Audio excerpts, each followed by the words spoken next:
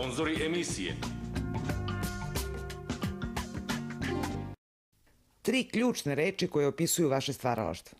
Muzika, glas, bas. Folklor, stilizacija, umetnost.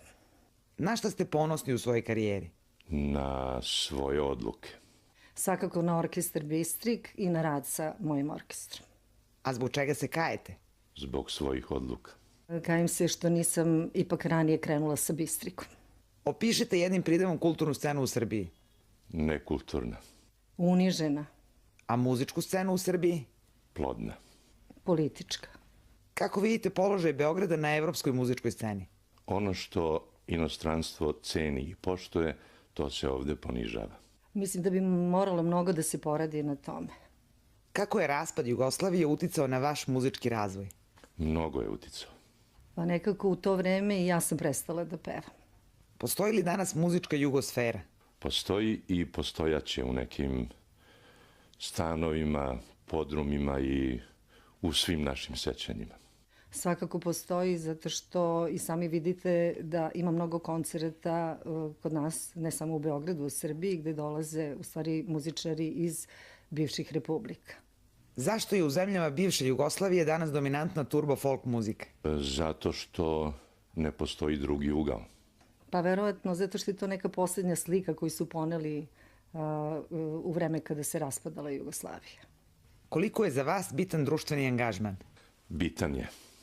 Vrlo je bitan, ali to podrazumeva i onu drugu stranu, da budete ostvareni egzistencijalno. Da li je za uspeh na muzičkoj sceni bitniji kvalitet muzike ili marketing? Mislim da je u ovom trenutku marketing najbitniji. Za mene je uvek bio bitni kvalitet, ali očigledno da danas ne može bez marketinga. Marketing čuda čini. Koliko ima kvalitetne muzike na domaćim radio i televizijskim stanicama? Dakle, one koje ja slušam, a to je uglavnom Radio Beograd, na njima ima dovoljno. Vrlo malo, nažalost, ali evo, ja mogu da kažem da na Radio Beogradu ima dosta kvalitetne muzike. Koliko su u Srbiji zaštićene autorska prava muzičara? Ne znam, možda to govori u prilog tome koliko su zaštićena.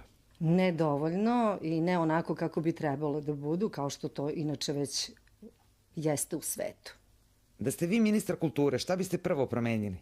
Promenio bih struju. Za početak, recimo, samo da se odredi šta je to kulturni interes, pre svega, i šta je ono što bi trebalo zemlja da štiti. Šta je za vas patriotizam? Ponos koga se nikada ne treba stideti. Učili su nas u školi da je to ono ljubav prema rodnoj grudi, a ja bih rekla privrženost prema određenom mestu i određenom načinu života. Šta biste za novu godinu poželeli Tomislavu Nikoliću? Dobro zdravlje i dug život. Pa eto, da istraje na svom putu. Ivici Dačiću? Dobro zdravlje i dug život. Da se mane pevanja i da mi pevači imamo prostora da radimo. Draganu Đilasu? Dobro zdravlje i dug život. Da se malo više okrene u sledećoj godini kulturi i da pomogne kulturu. Kako vidite Srbiju za 5 godina? Sa još više mostova. Bez obzira što sam optimista, bojim se da dolaze teška vremena i da ovaj život u poniženju će biti obeležje narednog perioda. Ko je za vas ličnost 2012. godine? Ako ne bih spomenuo Novaka Đokovića, trebalo bi dobro da razmislim. Definitivno Emir Kusturica i Andrićev grad. Vaša najdraža pesma? Maro, Maro.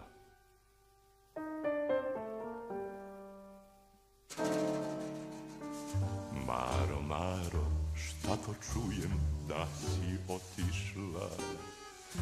Ni da plačem, ni da psujem, glasa nemam ja. To je svakako pesma iz Vranja, Magla padnala v dolina. Magla padnala v dolina, od njuma se ništo ne vidi. Šta cenite kod drugog sagovornika Dvougla?